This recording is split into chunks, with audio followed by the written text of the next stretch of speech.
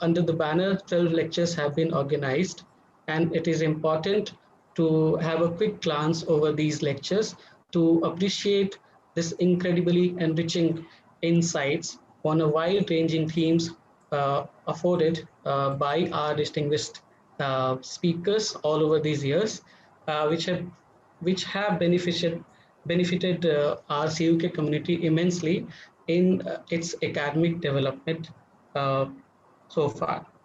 So some of these lectures I'm going to just briefly mention. The first of the lectures was given by uh, Professor V.S. Raju, former director IIT Delhi, and he gave his talk uh, on 29 January 2014 on a very important topic. You have the potential in you to become an excellent lead teacher. Then the next talk was given by Professor Rajan Gurukal, former Vice Chancellor, Mahatma Gandhi University, Kerala, in 2014 itself on 27th November. And the topic of his talk was, I quote, quality education, challenges and possibilities, quote ends. Then the third of the lectures was given by Professor P. Balaram, former director, Indian Institute of Science, Bangalore, and in the year 2015. And the title of his talk was, I quote, Science, Medicine and Law, the story of the anti-cancer drug Glevic. So in some way, our talk today is probably going to be also related.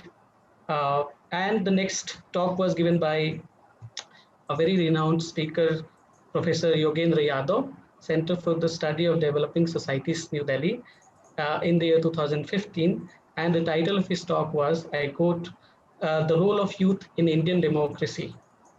Then the next talk was given by Nadoja Dr. Patil Puttappa, writer and journalist, an eminent writer and journalist in the year 2015. And the title of his talk was Leadership Quality and Indian Youth. Then another very distinguished lecture was given by Professor Robert Henning, University of Cambridge in the year 2015. And the title of his talk was Geographical Health Information Systems. Then continuing with this legacy, Professor Monica Zinn, who works at Institute of Indology and Tibetology, delivered a talk on man in the well, probable in Buddhist, Jain and Hindu sources in the year 2015. And then in the year 2016, Professor Gabor Tiroler delivered a talk on, I quote, what can India learn and unlearn from the Nordic countries to promote a society for all. Following this, the next talk was given by Professor T. Venkatesh, Professor of Emeritus in Biochemistry at St. John's Medical College, Bangalore, in the year 2016. And the topic of his talk was Lead in Global Warming, Climate Change and Personal Health. Then another very important distinguished lecture was given by Professor Anand Teltumbre, Vinod Gupta School of Management, IIT Kharagpur, in the year 2016 on the title, I quote, Social Justice and Dalit Students in Higher Education. So just looking at these lectures gives us this perspective about how enriching and how wide-ranging these talks have been. And our talk of the day today is surely going to add another feather to this legacy of distinguished lecture series. With this, I now invite our professor, our Honorable Vice Chancellor, Professor M.B. Alagwadi, to talk briefly about our university, Central University of Karnataka, Kalaburi. Over to you, sir.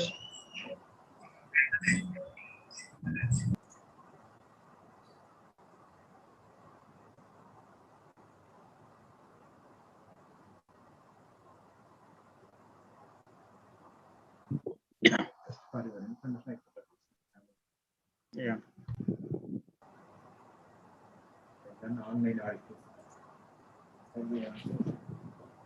Professor Alagwadi, Honorable Vice Chancellor, can speak few words about our university.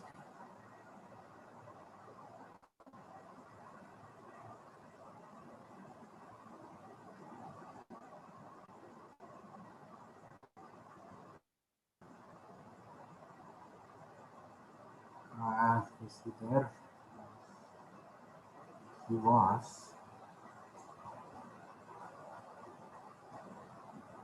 Is he there? Hello. Yes, sir. You are audible. Yes, sir. You're Hello. audible. Turn on your video and speak. Am I audible? Yes, sir. You are audible. You're audible. Just turn on the video. Yeah. Hello. Yes, sir. You are audible, sir. Yeah. You can speak now. You want me to speak now? Because it got disconnected. Yes, I sir. don't Yes, know. sir. Yeah. Actually, we want to introduce about our university. Okay. Good afternoon, everyone. And good afternoon. I think it's a good evening perhaps for Professor Des or Richardson, according to Australian time. Welcome to this distinguished lecture series. We are really proud and happy to have you on our distinguished lecture series. And I went through your vice chancellor बोल रहा है I was really impressed by your CV and your achievements, your research, and your discoveries in treating cancer. As we all know that cancer is second single largest disease globally, inflicting a heavy toll on the humanity. So we need a very good drugs, very good treatment procedures, very good pre and post cancer treatment. And today we are looking forward to you.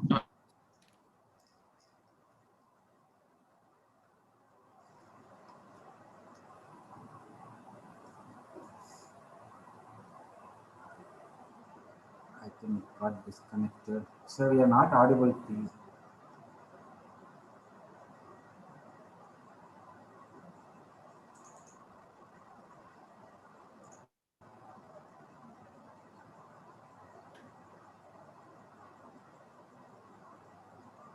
In your journey to discover cancer-related drugs. I thank profusely on behalf of the Central University of Karnataka and its all stakeholders. Thank you once again.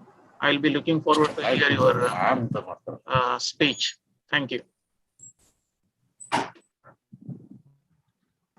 Okay.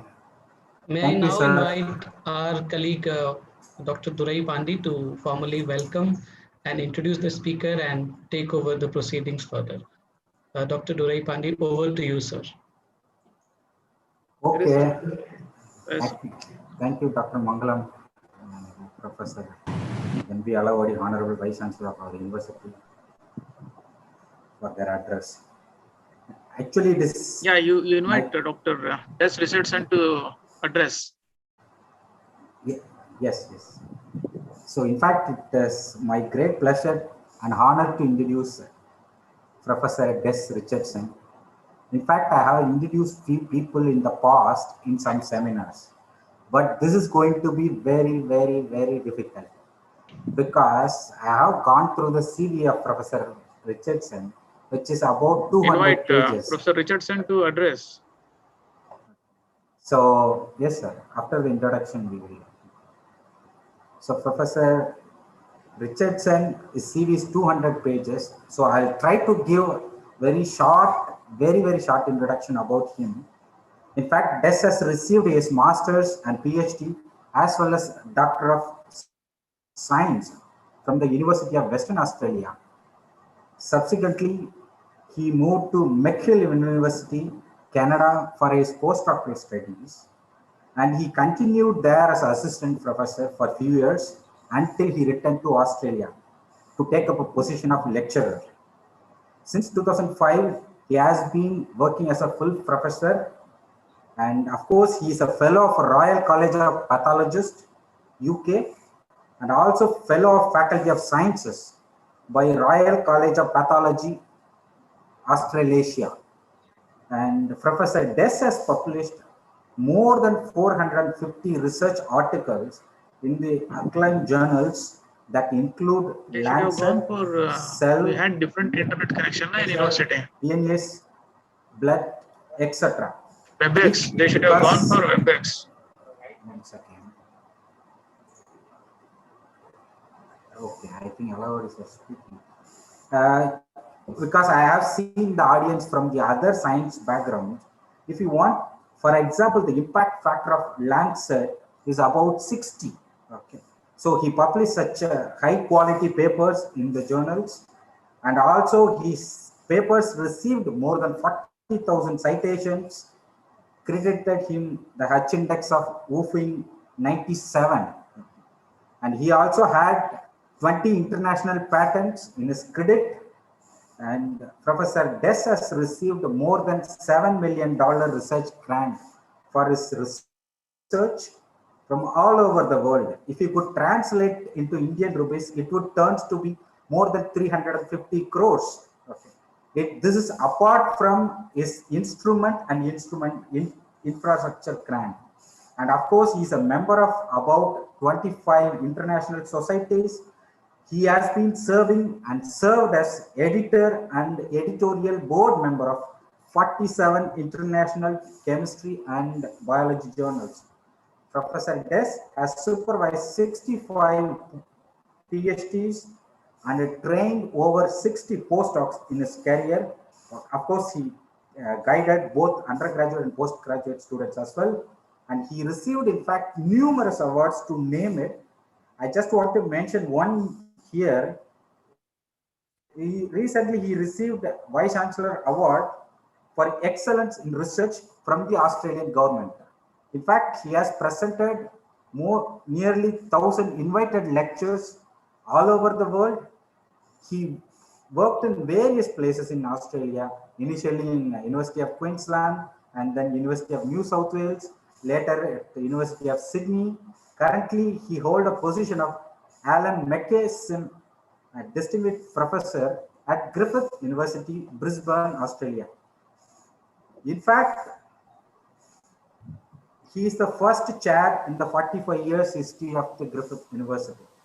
And he is also adjunct and visiting professor in different universities all over the world, particularly in Canada, China, Czech Republic, as well as in Japan. His research group actively working on various diseases like cancer, Alzheimer's, Friedreich ataxia, and iron overload diseases.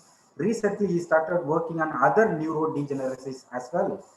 And his research group contained mixed of people from chemistry, biology, pathology, and animal biologists, okay, to develop a better drug to treat these diseases. And in fact, one of the chemical compound patented by him recently entered into multi-center clinical trials for treating advanced and resistant cancer. I believe that this is going to show his successful story of making better drug for the cancer through his research findings under the title Innovative Anti-Cancer Agents that Inhibit Metastasis, Resistance, and Primary Tumor. With this little long introduction, I welcome Professor Des to take over the platform to deliver the distinguished lecture. Professor Des. Okay, thank you very much, Jirai. Thank you for the very nice introduction. Really do appreciate it. And thank you for the invitation today to come and speak. So I'd like to tell you really about my career in terms of what I've been doing to try and develop innovative anti-cancer agents, which have this property of overcoming what we call the triad of death in cancer, which is composed of three axes, which is metastasis, which is the spread of the cancers, resistance, particularly P-glycoprotein-mediated resistance, and primary tumor growth. So these three factors are the main things that actually kill cancer patients. So our work has been primarily to try and develop a compound which actually has an effect on all of these various aspects, which are very important in cancer. So if I can now move to the first slide. Durai, I'm not sure if you need to enable something because my slides are not moving. Oh, okay. Thank you very much. Thank you.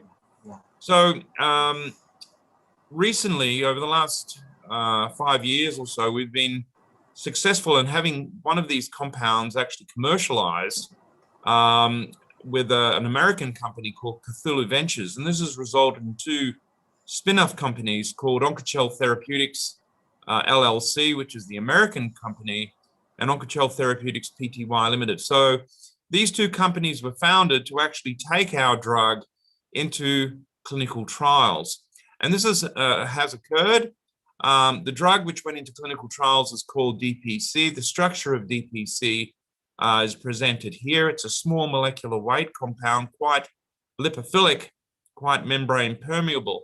And so this particular drug actually went into an open label dose finding and pharmacokinetic phase 1 clinical trial in advanced cancer patients. So these were patients which had very, very advanced cancers, which have been treated over and over with a variety of different types of anti-cancer agents. So the particular trial actually looked at DPC given orally. DPC is an interesting compound. It can be actually delivered by the oral route in the form of a tablet, but it can also be injected intravenously. And what the investigators were able to demonstrate was that the compound showed very good absorption from the gut, which is actually important, of course, for giving a compound as a tablet, and appropriate pharmacokinetics. So the compound had a half-life in humans of around about 18 hours, which is actually quite appropriate and quite good. And this was pretty similar to what we actually found in the rats. In the rats, we found the compound had a half-life of around about 10 hours. So these are very interesting compounds, and I'd like to tell you the story of actually how we developed them and why we developed them. So basically, these compounds have a very different mechanism of action. We were after a compound which showed a very different effect, a very different mechanism of actually killing cancer cells. And so we were interested in designing compounds which actually could bind iron and copper. Now, iron and copper are really very, very important nutrients which cancer cells require for growth and division. And you may say, well, okay, that's interesting, but you know, how do you actually get selectivity against the normal cells? Well, cancer cells, they take up far more iron and far more copper than normal cells because they're more rapidly growing. And in fact, if you look at the cancer cells in sections and compare them to the normal cells, what you find is that the cancer cells express very, very high levels of molecules such as the transferrin receptor, which takes up iron into the cell, but also copper transporters. The cancer cells require a lot of iron, a lot of copper for very basic processes. And one of these very important processes is DNA synthesis. DNA synthesis is essential for the replication of the cancer cells. And there's a very important enzyme, it's an iron-containing enzyme called ribonucleotide reductase, which catalyzes the rate-limiting step in DNA synthesis. So if you can target this step and prevent the generation of DNA, you're going a long way to killing the cancer cell. And indeed, these compounds induce apoptosis and cell death by binding iron. So they're not cytostatic, they're actually killing the cancer cells. Now, another very important aspect in terms of the way these compounds act is their ability to actually upregulate a very important molecule, which I'll talk about in some degree today, called NDRG1. NDRG1 is a metastasis suppressor.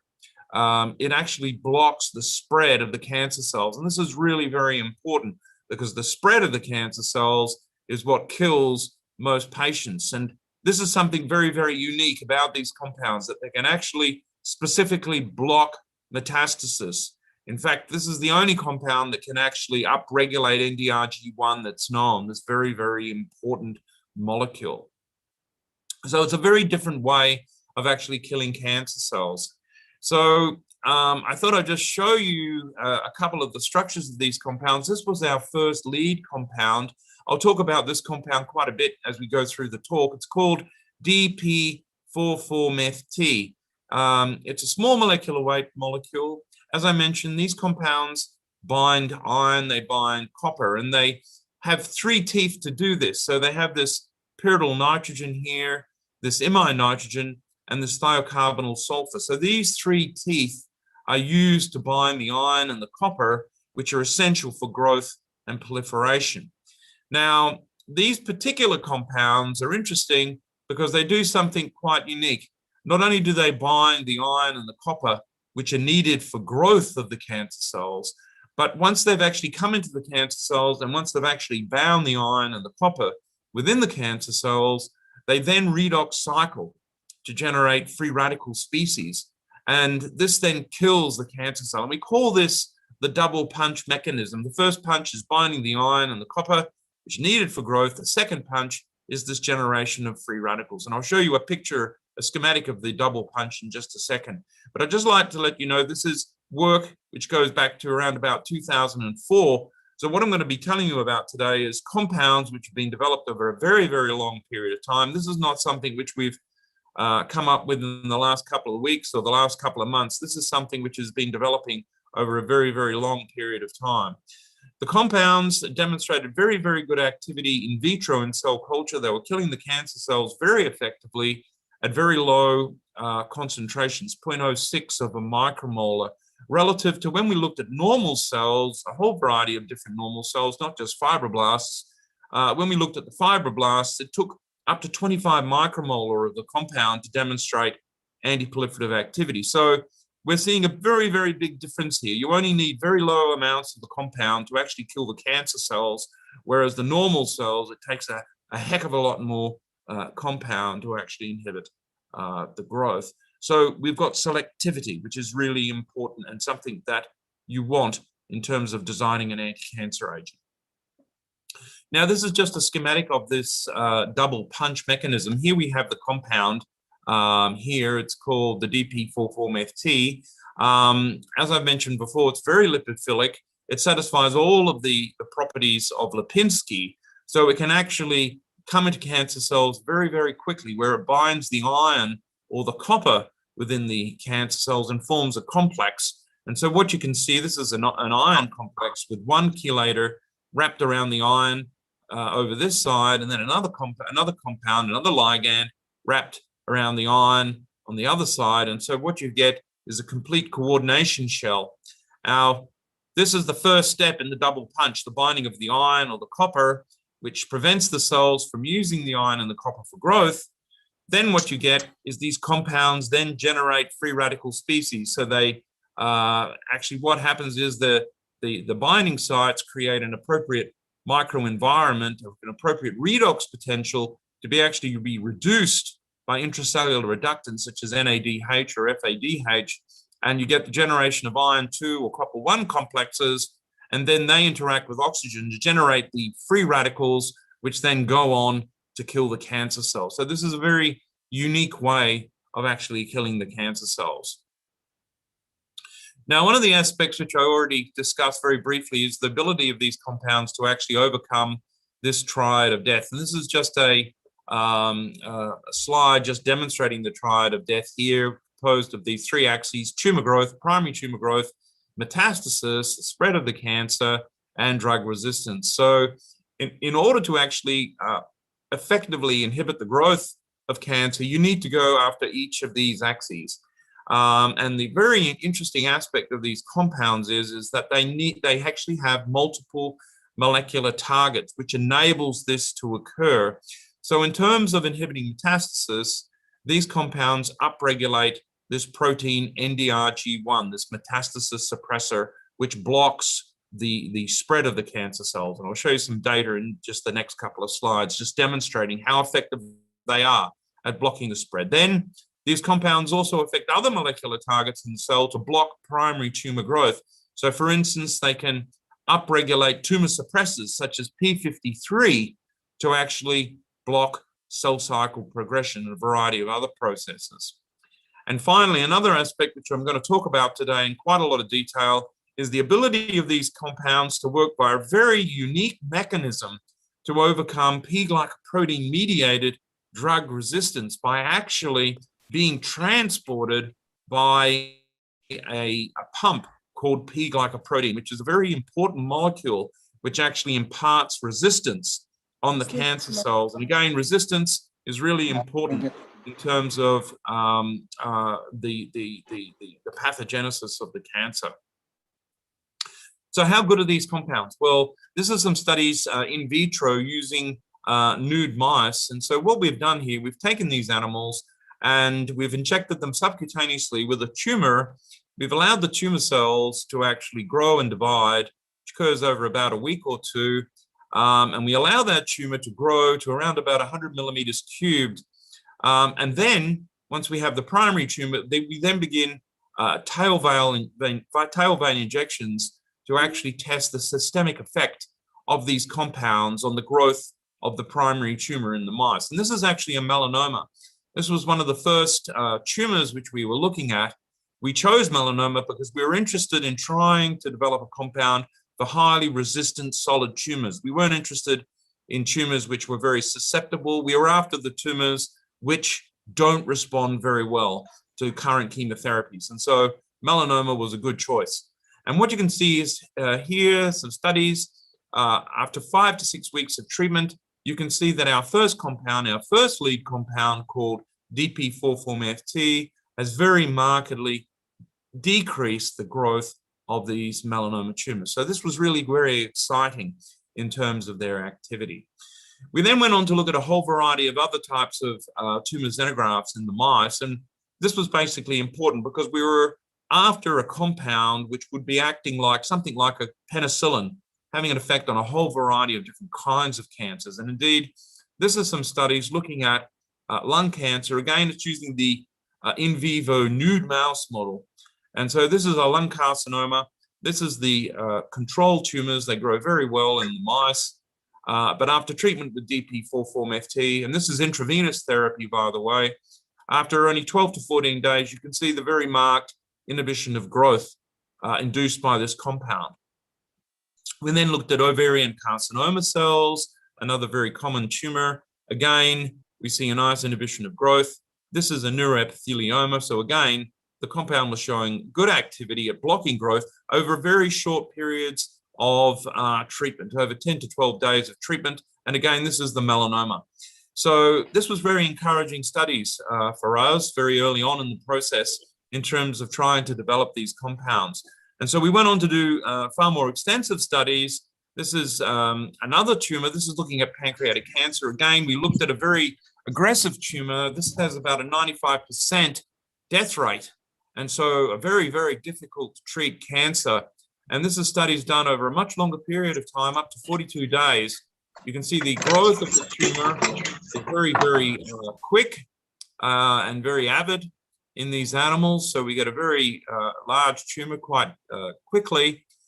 You can see that we've also here assessed our drugs relative to a standard chemotherapy, which is called gemcitabine.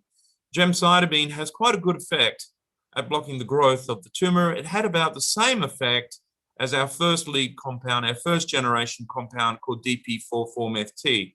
So DP4-FT and gemcitabine, pretty similar activity. However, the important thing here was a second generation compound, which was called DPC. DPC totally blocked the growth of the tumor. So this was very exciting for us. You can see the very marked effect of DPC here relative to the control and relative to the standard chemotherapy gemcitabine. Now, another very important aspect was that the compound inhibited the growth of the tumor without having a marked effect on the weight of the animal. Now, this is important. If you give an animal an anti-cancer drug and it begins to lose weight, you know that the compound isn't well tolerated. But in this case, the compound was well tolerated over this period, quite a long period of treatment, of intensive treatment, 5 days a week for up to 42 days. So again, very, very good news. We then went on to look at DPC given orally via gavage to these animals. And so what we can see here is a study again in the nude mice, but this time the drug was administered via the mouth of the animal, via gavage. Again, you can see this particular tumor, which is a lung cancer, grows very nicely if you just give the vehicle control. But when you administer DPC totally blocked the growth of the tumor, which was really great, without any effect on the body weight of the actual animal, which again demonstrates that it was tolerable, and no effect on any of the major organs that you can see from the histology. And this is just some photographs of the heart. So the compounds were very tolerable, and this was also a very exciting result for us. We then looked a little bit more at the toxicology of these compounds and the tolerability just by assessing the effects of the weights of the various organs compared to the tumor. And out of all of these organs which we've examined here over this period of treatment via the oral administration, you can see that the only tissue that's losing weight here is the tumor, which is great. That's exactly what we want. We want to inhibit the growth of the tumor, and we don't want to have any effect on the normal organs. So again, selectivity. The compound was showing selectivity.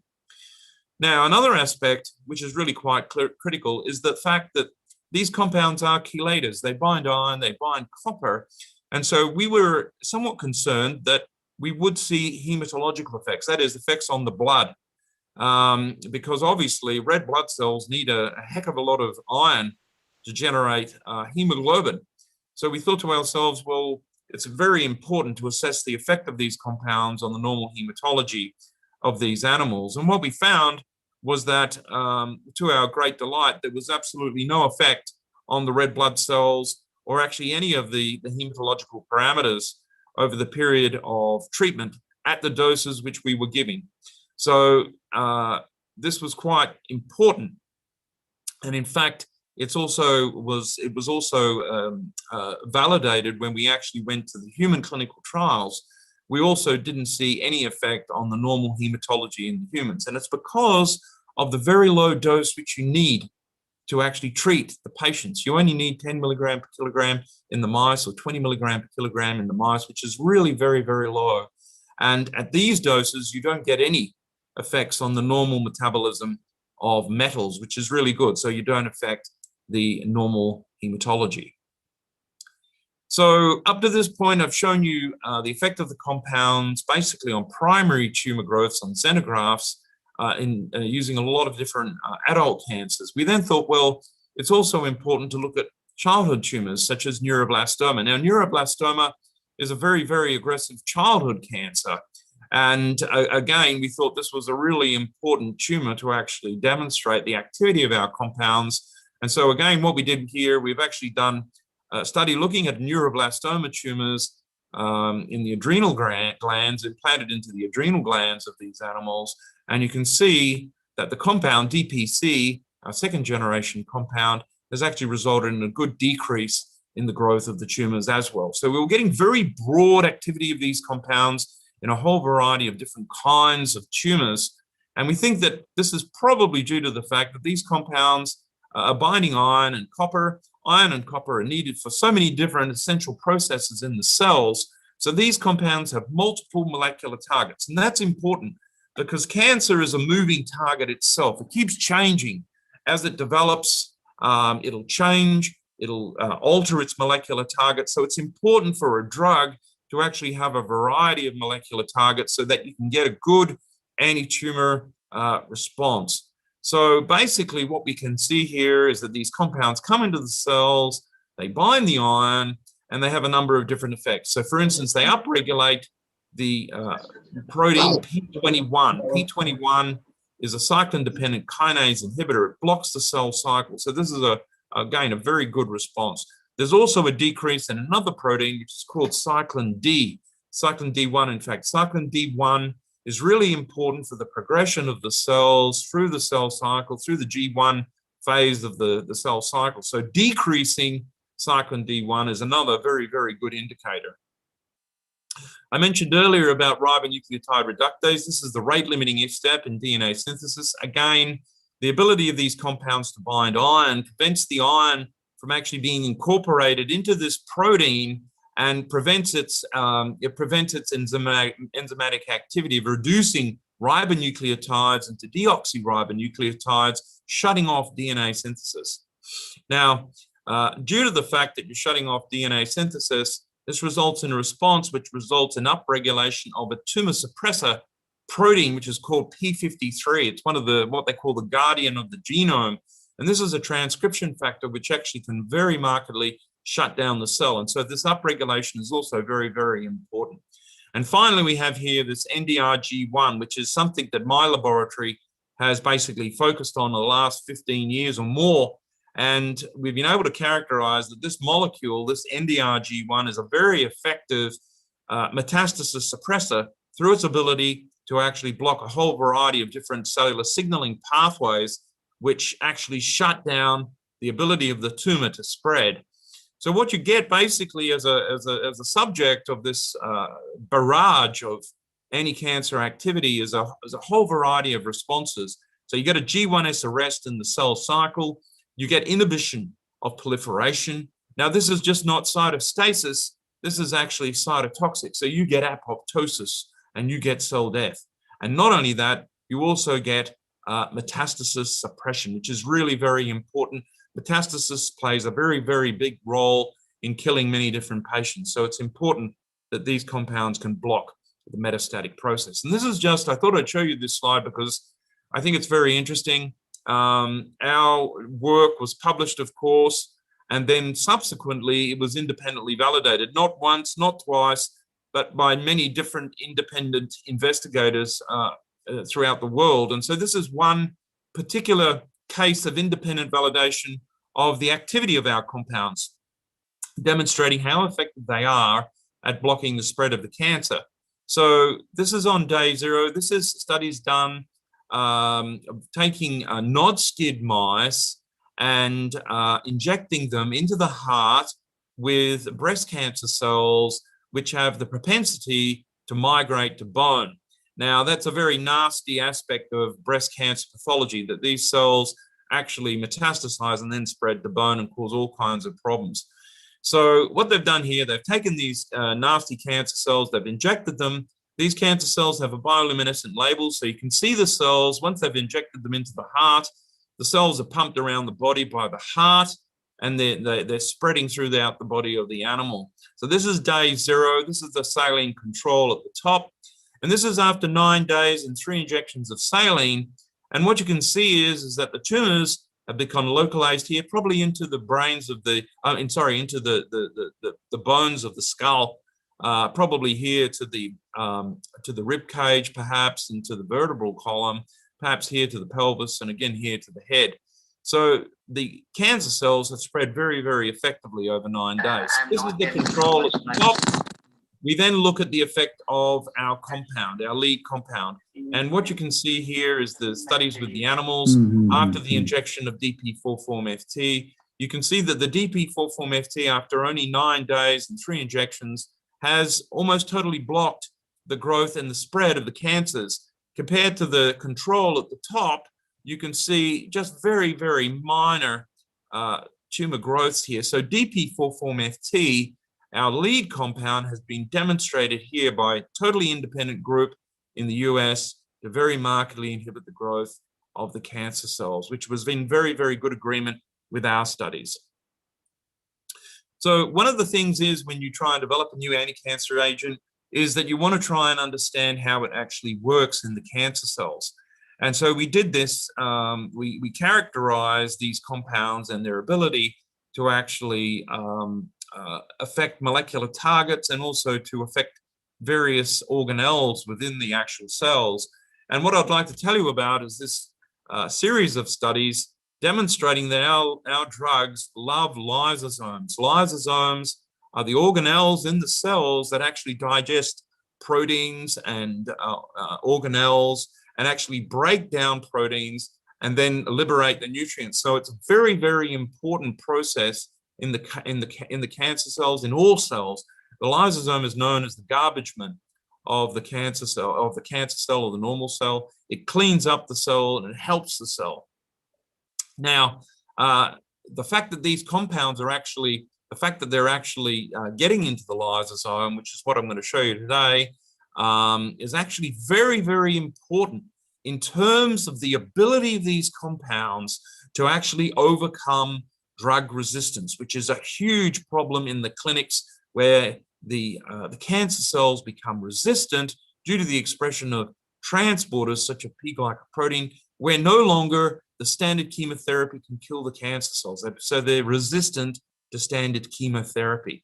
So the fact that these compounds are entering the lysosome, targeting the lysosome, is actually really important to understand in terms of understanding how these compounds are working.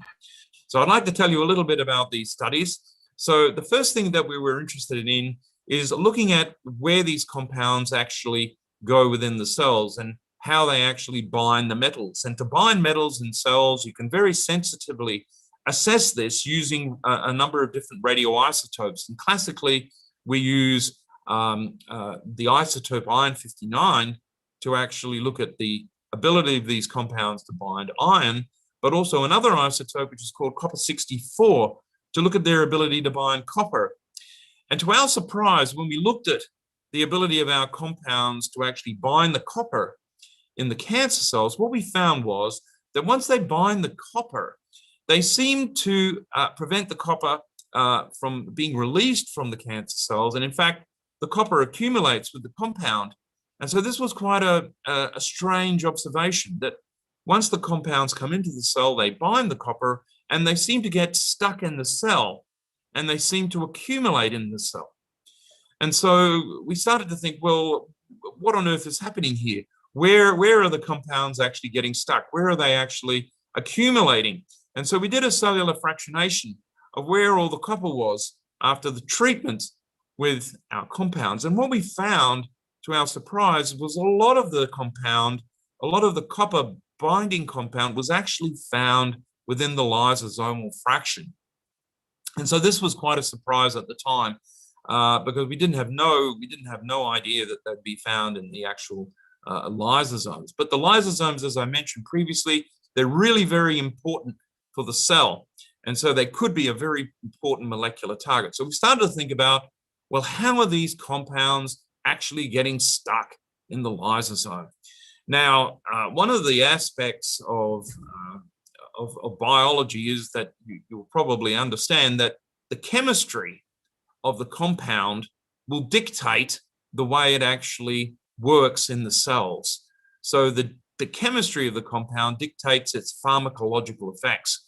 And so we started to think about, well, what are the chemical properties of these compounds that lead to them being accumulated within the actual lysosomal compartment? So this is a study looking at potentiometric titrations, looking at the charge of the compound as a function of pH. Now that's important, because if a compound is neutral at the pH of the blood, 7.4, then the compound will be able to get into the cancer cells very, very effectively. And indeed, when we looked at our compound and looked at its ionization at pH 7.4, which is the pH of the blood or the cytosol within the cells, we found that the compound was totally neutral. It didn't have any charge. So this meant that the compound could get through the membrane very, very nicely at the pH of the blood. Now, the fact was, in the previous slide, I showed you that the compounds were accumulating in the lysosome. The interesting thing about the lysosome is that it's at pH 5, which is quite a difference to the pH of the blood. When we looked at the pH 5 and then looked at the charge on our compound, we found around about 16% of the compound actually had a charge on it at pH 5. So we started to think about this, and if you think about it, once the compound has come through the cell, once it's in the blood, it's at pH 7.4, it's neutral, it'll come through the plasma membrane very, very easily because it is neutral. It'll come into the cytosol, which is also at around pH 7.4.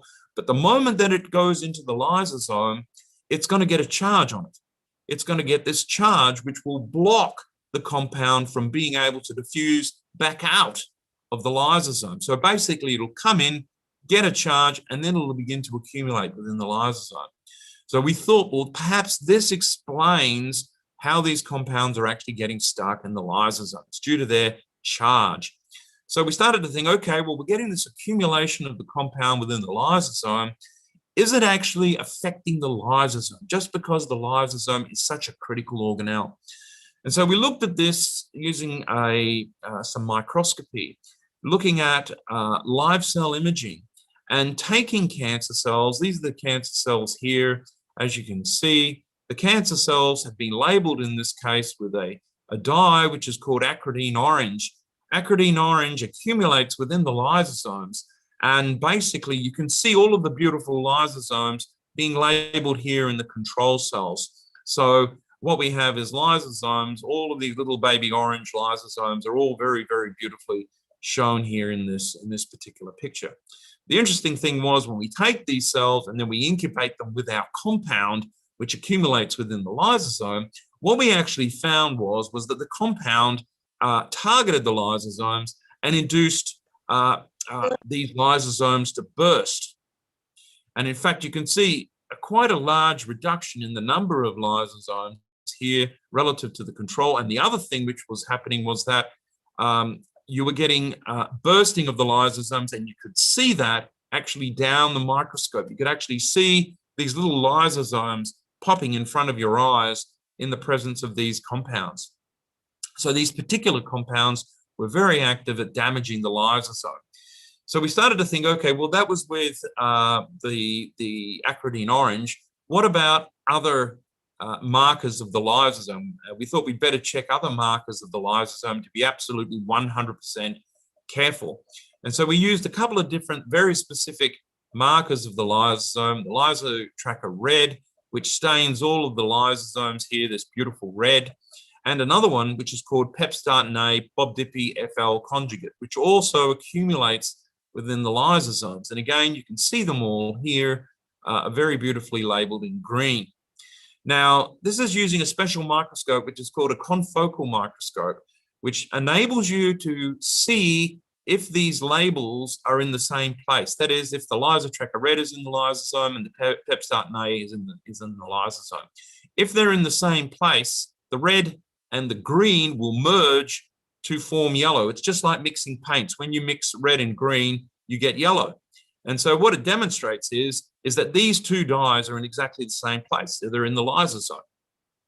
So this is the control. You can see all the lysosomes beautifully labeled here. You then take these cells and you incubate them with this compound that was bursting the lysosomes. You can see quite clearly that we've lost a lot of these lysosomes after treatment with the compound. So all of this granularity, which is the lysosomes, has disappeared. Same thing goes here with the green stain. And you can note with this particular stain is that not only have we lost the granularity, but we can see the actual dye has come out of the lysosomes and it's spread throughout the cytosol of the cell. So what's happened here is the compound seemingly has damaged the lysosomes, and the dye is now leaching out of the lysosome and coming into the cytosol. Now, that is a catastrophic event. That damage to the lysosome, followed by the leakage of enzymes, proteolytic enzymes, out of the lysosome into the cytosol, can actually induce apoptosis, which is the cell death, the cancer cell death. And you can actually look at that by examining the cleavage of BID, a protein called BID, which is a pro-apoptotic mediator of the apoptosis. And what you can see here, when we look at the cells which have been treated with our compound, you can see an increase in the cleavage of BID, which is very, very marked in these particular cells. So this was really very interesting. We were getting induction of apoptosis after the damage of the lysosomal membrane. So this was quite interesting. So the next question was, well, okay, we've got the compound accumulating in the lysosome, we've got the compound damaging the lysosome, but how is it actually doing that? Now, you'll remember that these compounds have this mechanism of being able to bind metals and become redox active, particularly iron and copper. And so we started to think, well, perhaps these compounds are coming into the lysosome, binding copper and iron in the lysosome, and then generating free radicals to actually kill the cancer cell. And so what we can see here is a study done to look at whether these compounds were actually inducing the generation of free radicals. This is in the test tube. And so we're looking here at taking the compounds, adding them to a test tube, and then assessing what we call DCF fluorescence. DCF is a compound which becomes fluorescent after it interacts with free radical species. And so what we've done here, we've taken the compound, we've added it to the DCF, and then we've added various metals to the compound. when we added the copper to the compound, there was a huge flux of radicals, of free radicals. And so we got a huge increase in DCF fluorescence. And this was really very, very marked after copper, and far, far less than what we see after iron. So this seemed to be a copper binding effect that we were actually witnessing here.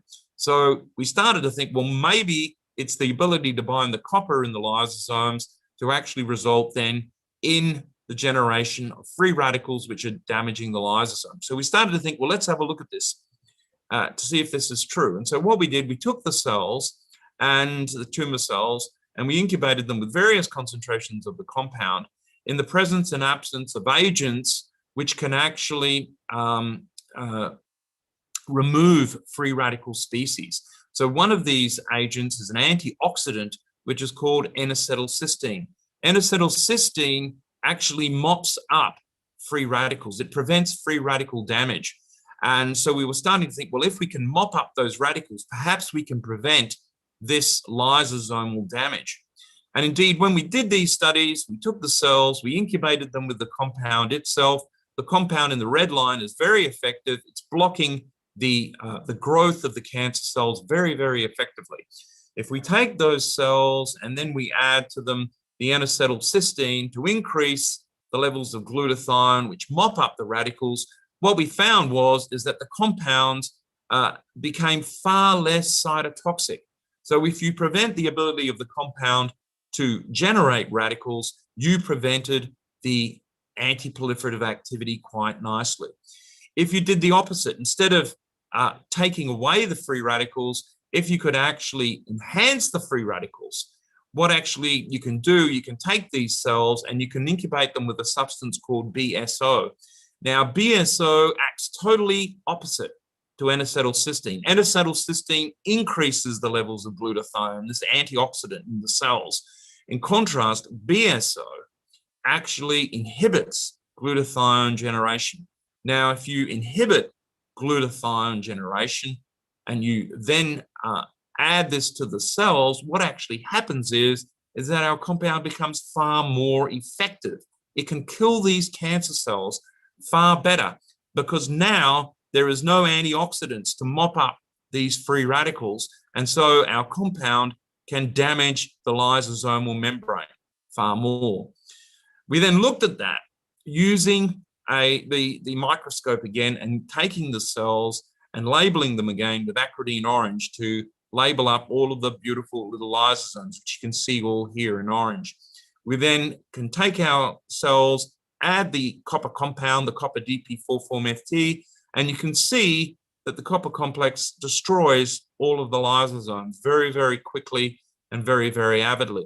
But if you take these cells and you add the N-acetylcysteine, the agent which blocks, which actually increases the levels of the glutathione in the cells, if you increase the glutathione, you mop up all of the radicals, you prevent the generation of the radicals, you prevent the lysosomal damage, and you save the lysosomes. So by increasing the levels of glutathione, you can prevent the lysosomal damage, demonstrating that the free radical generation is really very, very important in terms of the way these compounds are killing the cancer cells and damaging the lysosomes. So what we have here is a very unique way these compounds work to actually kill cancer cells. They are neutral at pH 7.4, as I told you, which is important for getting into the cancer cells. They can come into the lysosome, and the moment they hit the lysosomal pH, what actually happens is they gain a charge. When they get a charge, they can no longer get out of the lysosome, and so they accumulate within the actual lysosome. Now, as I mentioned, the lysosome is a really very, very important place in the cell. It recycles proteins, iron-containing proteins, copper-containing proteins, all proteins. When this happens is the proteins are broken down into amino acids. They can then release their bound iron and their bound copper. These compounds are in the lysosome, they're ready, they bind the copper, and they can begin to redox cycle to generate free radicals. And we could see this in the test tube. We could see that when these compounds bind the copper, they actively generate these free radical species, which are highly toxic, which permeabilize the lysosomal membrane.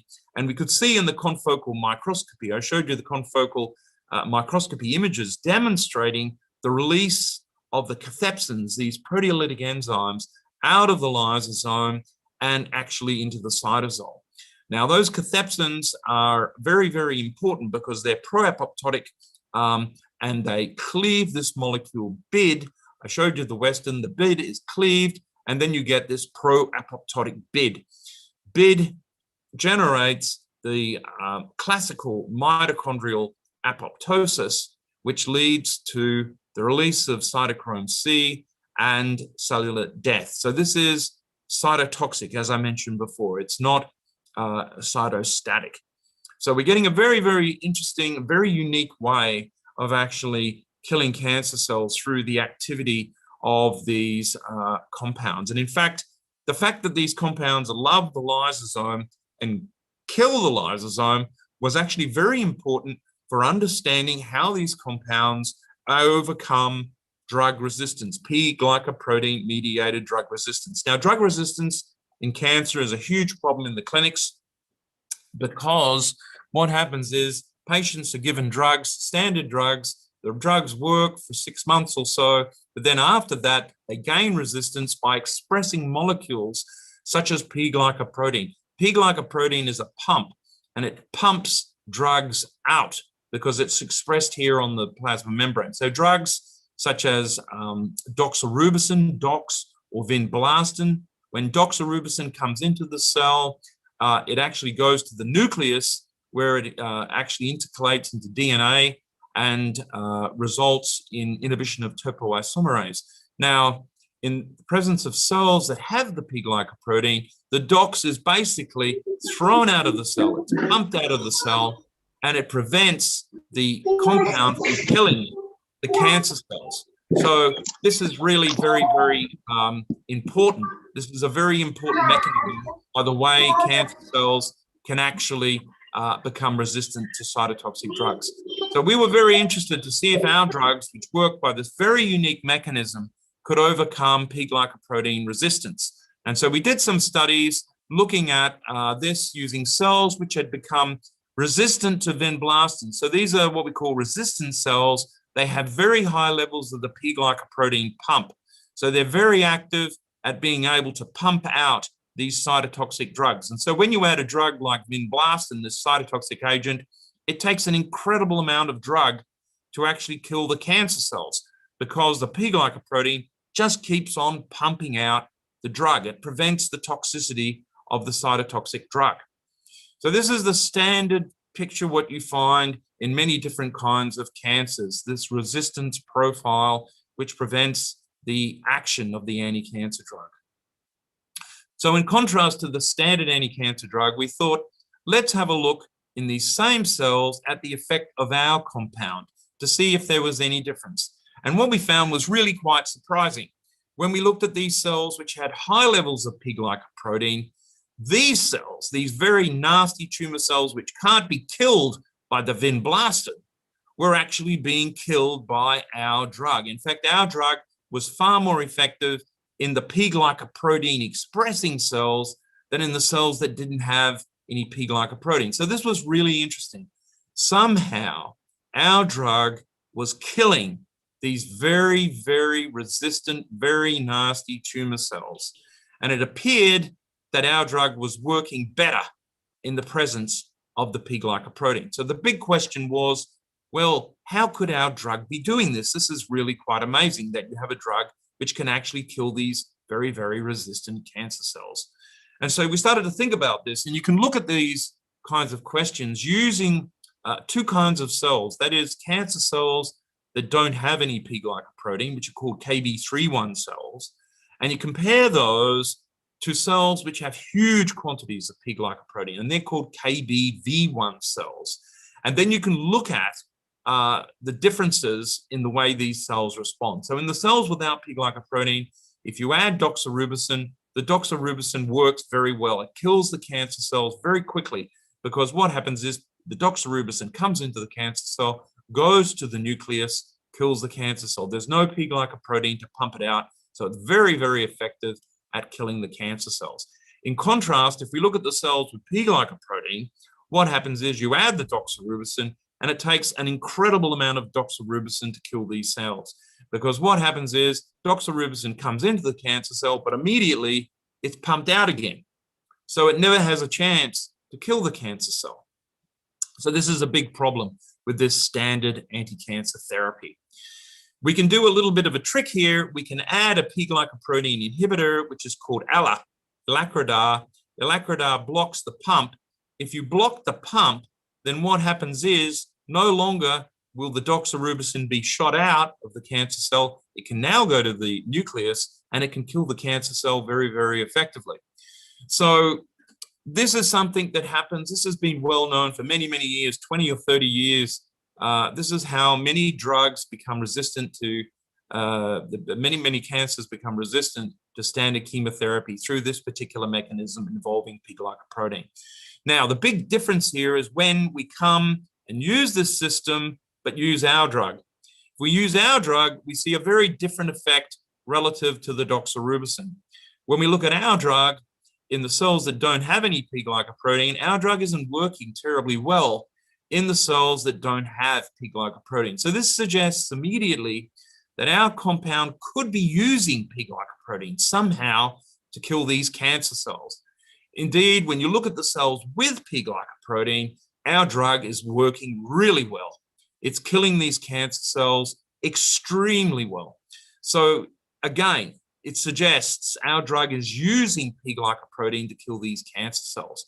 You can then take these cells with P-glycoprotein and you can inhibit the P-glycoprotein using this ilacrodar to block the pump.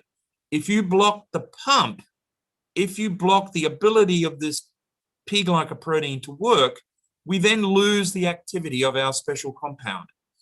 So again, this says that this compound is using P-glycoprotein to kill the cancer cell. So this was really very interesting. We were killing these very resistant cancer cells more effectively by the ability of these compounds seemingly to use P-glycoprotein. But how was this happening? That was the big question. How was it happening? So we started to think, well, maybe, okay, we know that P-glycoprotein is important for the action of our drugs. So maybe somehow P-glycoprotein is transporting our drugs. Maybe this is what it does. It transports drugs. So perhaps maybe P-glycoprotein is transporting our drug. And so we looked at this with what we call a PGP substrate assay, looking at the ability of P-glycoprotein to act as an ATPase, to actually burn ATP. And what we found was quite interesting, that the compound was actually a P-glycoprotein substrate, particularly this copper complex, which was going into the lysosomes. It was really a very, very nice substrate, being much better than standard substrates of P-glycoprotein, such as verapamil. So this was really interesting. It told us, it gave us some suggestion that P-glycoprotein could transport our drug. But it didn't help us very much, because if this is the case, that our drug is being transported by P-glycoprotein, and if the case is that P-glycoprotein is only present on the cell membrane, what would happen is our drug would come into the cell and then it would be pumped out very, very quickly, which would prevent its activity. Now, we were seeing the absolute opposite. Our drug was coming into the cell and P-glycoprotein was somehow increasing, not decreasing. It was increasing the activity of our drug. And so we thought, well, there's something else going on here which we quite don't understand. Classically, if you go to the textbooks and you look at P-glycoprotein, what you'll see in the textbooks is a cell which is illustrated like a bubble. And what you'll see is the P-glycoprotein sitting on the cell surface and the P-glycoprotein pumping out. Now, cells aren't bubbles. They're alive. They're working. They're metabolically active. They endocytose their plasma membrane. Now, what happens when a P-glycoprotein is endocytosed? Well, you can see what happens. When it's on the cell surface, it's pumping out. But when you get the endocytosis, the internalization of the P-glycoprotein into the cell, you can see what happens. There's a revectorization of the pumping. So it's not pumping out now. it's actually pumping in when you get the formation of an endosome. Now, some of these endosomes can mature into lysosomes. And if this process continues, this pumping in, what we're going to get is P-glycoprotein substrates, such as our drug, being pumped into the lysosome. And as I told you before, the lysosome is one of the key targets of our drugs. Our drugs love the lysosome.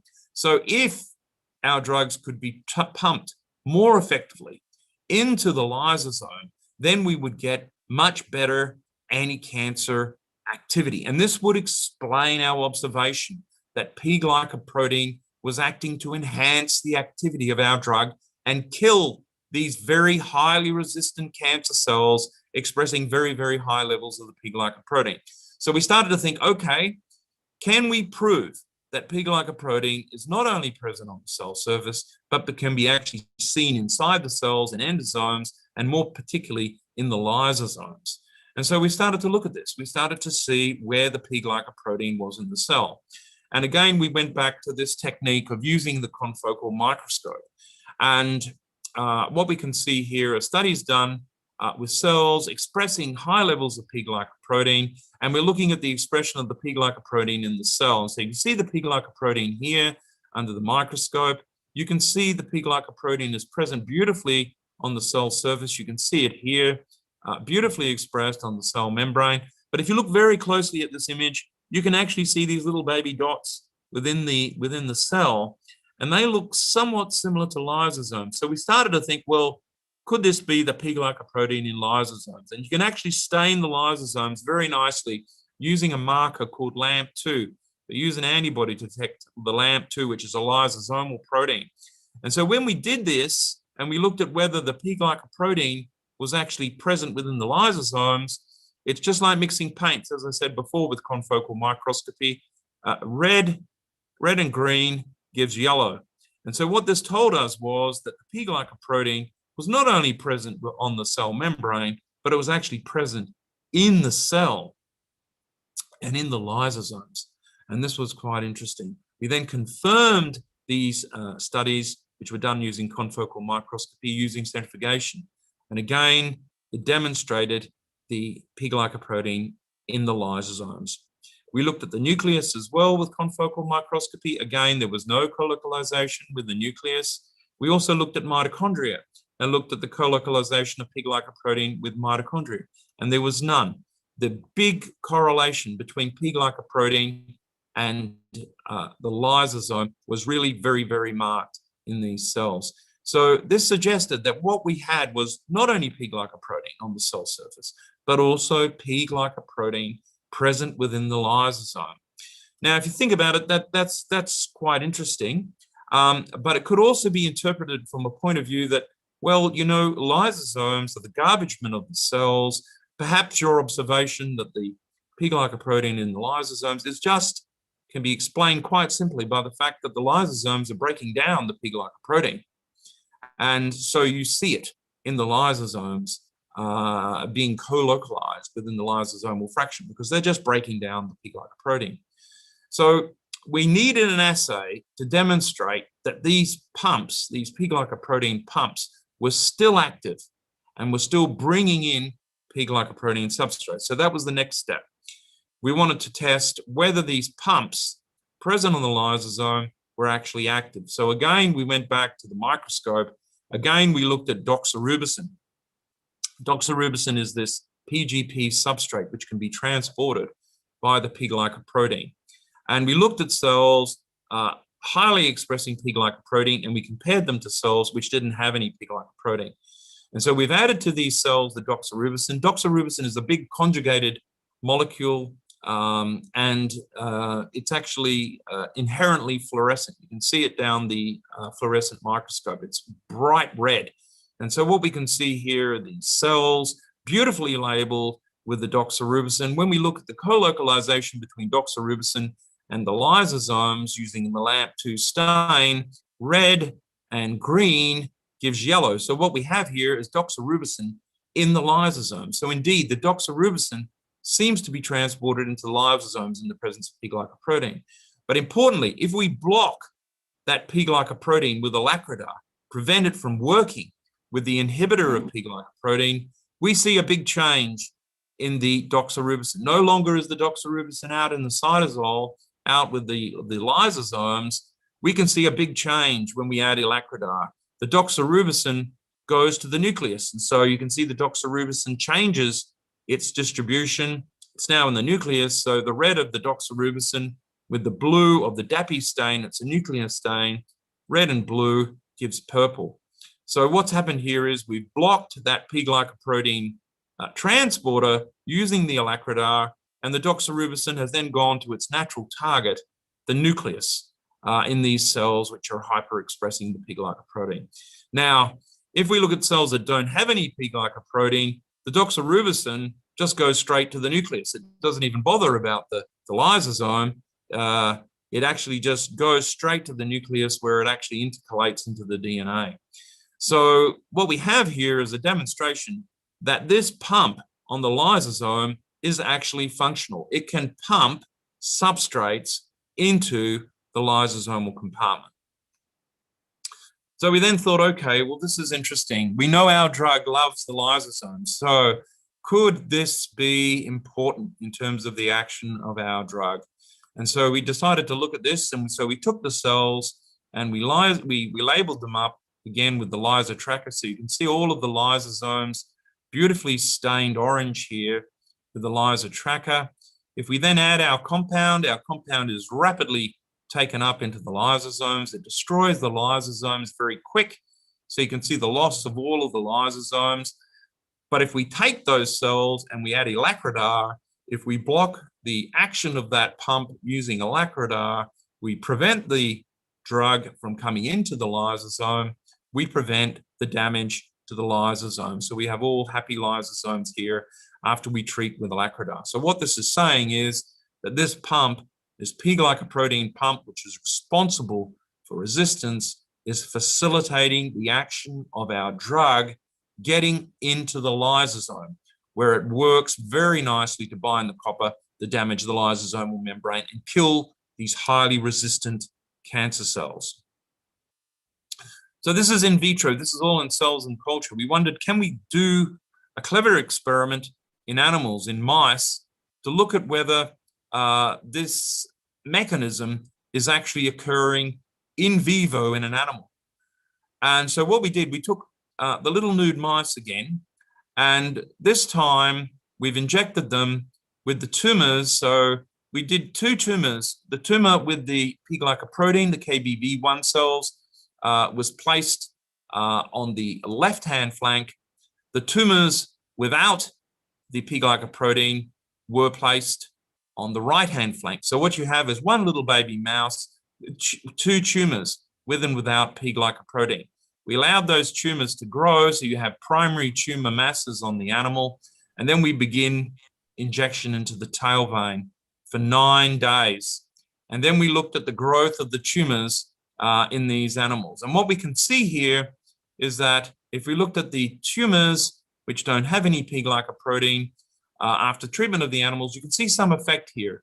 There is a reduction in the growth of the tumor relative to the vehicle, but it's not very marked. The big story here is that when we looked at the tumors expressing the P-glycoprotein, you can see a very nice decrease in the growth of these P-glycoprotein expressing tumors. So not only in vitro, but also in vivo, we get this effect of the P-glycoprotein actually enhancing the uptake of the drug into the lysosome. And this is where the drug likes to get to kill the cancer cells. So we have very, very resistant cancer cells now being susceptible to the action of our drug, which we think is really very, very important. So by understanding the mechanisms of how these drugs work is very important in terms of potentially also developing even better drugs to actually result in better treatment for the patients. So I'd just like to thank everyone involved with this work, which is a work which has been undergoing, and still remains going in my laboratory over the last 25 years or more. And I'd just like to thank everyone involved in my laboratory, including Jirai, who was one of my very good postdocs And I'd just like to also thank the funding agencies here in Australia. So again, thank you very much, Jurai, for your very kind invitation today. I hope the talk may be of interest to the people out there. Thank you. Thank you, Des. After a long time, I could hear a comprehensive presentation. Can we allow our audience to ask some questions to clarify their doubts? Audiences, if you have some queries, you can raise. You can unmute yourself and ask the speaker.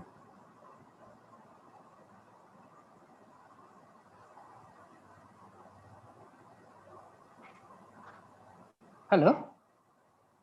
Yes. Hello. Am I audible? Yeah, am I audible? Yes, sir. Yes, sir. You can. Yes, you are audible. Yeah. Thank you very much, Professor Des. Such a elaborative talk and visible. We started with a single molecule way back in 15 years, maybe 20 years. So we don't understand biology sometimes, but the publications we understood with a simple single molecule. No, it gave you so many publications. That's one. And a lot of biology. Maybe it might be happening with a lot of collaborations. We all agree. Now, my observations are maybe not my question. My observation is, I would like to know what is the fate of that molecule now. At clinical trials, many are, or maybe it's going to be when it's going to be marketed as a drug. And my Yes. second query or question is like, my second query is, let me finish, please. And that no, the people like us in India, no, with a meager funding, what is the difficulties or maybe challenges you want to someone want to take care of this kind of research? So what you would like to advise? Oh, okay. So they're very good questions. So the first question is regarding the clinical trial of this compound DPC. The clinical trial obviously went forward, and the compound demonstrated very good pharmacokinetics and also demonstrated its abilities to be absorbed from the gut, which was also very, very important. It did show some slight effect in terms of muscle pain. The patients had muscle pain after the treatment with this particular drug, which actually has stopped the trial. Now, as you know, many different anti-cancer drugs have huge effects, huge side effects. This is one particular side effect with this particular drug. And what we've done now, we believe we understand what was happening with this particular side effect. And we've been able to develop another drug, which I didn't talk about today, which actually prevents this particular problem. So we are now actively looking for partners, pharmaceutical partners, to actually take this new drug into a second clinical trial to demonstrate how effective the compounds are in humans. So this is really very, very important. So we have one particular company already online in terms of trying to take this compound.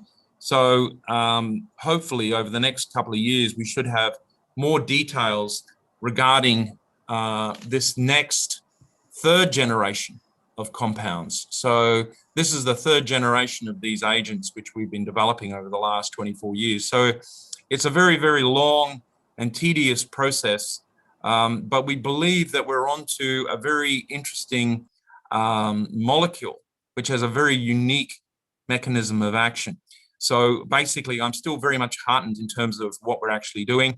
There are no other drugs available at the moment which can actually specifically block metastasis, which can specifically at the same time block P-glycoprotein mediated resistance. And on top of that, can actually block primary tumor growth very, very well as well. So I still think that these compounds are really very, very exciting, and that's why we're continuing to work on them. In terms of the troubles of funding, yes, it's always a trouble to get funding. It's not only hard in India, I think it's hard everywhere. It's certainly hard in Australia. And, you know, I guess it's important, you know, to make sure that you apply for as many different kinds of grants as you possibly can and obtain not only support from the governments and various organizations, but also pharmaceutical companies to try and, you know, gain extra financial support to be able to get your compounds into clinical trials, because that's absolutely critical. Thank you very much, Professor Des. Thank you. Okay, thank you. Is there any other questions?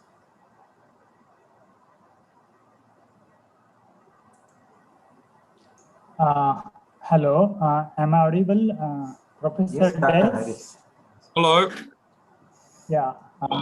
Yeah, Professor Des, nice, you know, complete story we can see, and actually it is highly motivating. It is almost from 2004 you are working on this project, and very congratulations for really getting a, you know, very potent lead compound. I have only, you know, two maybe very silly questions. So one question I would like to ask, that as a researcher or as a scientist, what limitation you think of your drug right now, which you have sent for the clinical trial? You know, because when we highlight many things, we also know that where it can really face the trouble. So that is one question. And second is whether the same mechanism which you have proposed in terms of in the lysosome, whether the same mechanism is not operational in terms of normal cells.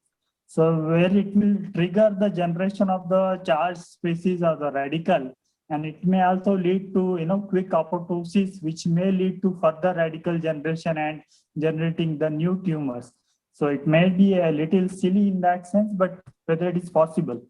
So if you can elaborate on this. Thank you. Yeah, thank you for your comments. That's the good questions. So, you know, in terms of designing a compound, these compounds have gone through many different different rounds of design, as Jurai knows. So we're up to our third generation of compounds, and you're always looking to make the compound selective and specific. And obviously, it's very difficult to be able to do that. So these compounds demonstrate very marked selectivity, and demonstrated very marked selectivity not only in vitro but also in vivo as well. When we came to the humans, that was a bit of a surprise. And again, it's a learning experience to be able to take away from that, take away from those particular results in humans, and then try and redesign the compounds again to even improve them over what you had previously. So there is, you know, successive generations, there's successive building, and it's a building process and it's a learning process, but it's a very slow process, which takes a very long time. So this work actually didn't start in 2004. I showed you data from 2004. It actually started well before that, back in 1994. In fact, so it actually, and even well before that, it actually goes back to 1984 when I actually began as a graduate student. So it's been a very long development process. It's not something which I've done, you know, over the last couple of weeks. It's a very considered, very considered and very unique set of compounds with a very unique targets, which no one has been able to look at previously. There'd been no studies done to try and understand the structure-activity relationships of compounds that bind iron and copper, and to design compounds, specifically design them to be able to go into the cancer cells, bind iron and copper, and then selectively inhibit the cancer cells. So that's basically what I've been trying to do over all these years. So that's kind of my contribution to this area of research. In terms of the selectivity with the lysosomal story, they are very selective. They demonstrate this in vitro in cell culture. You get very good activity against the cancer cells and very low activity in the normal cells, and same thing in the animals. And we think it's probably got to do with the differences in the metabolism of the lysosome between the cancer cells and the normal cells. The cancer cells, the lysosomes, are extremely active, and they're very active because the cancer cell is very active. So the lysosome becomes a really critical target.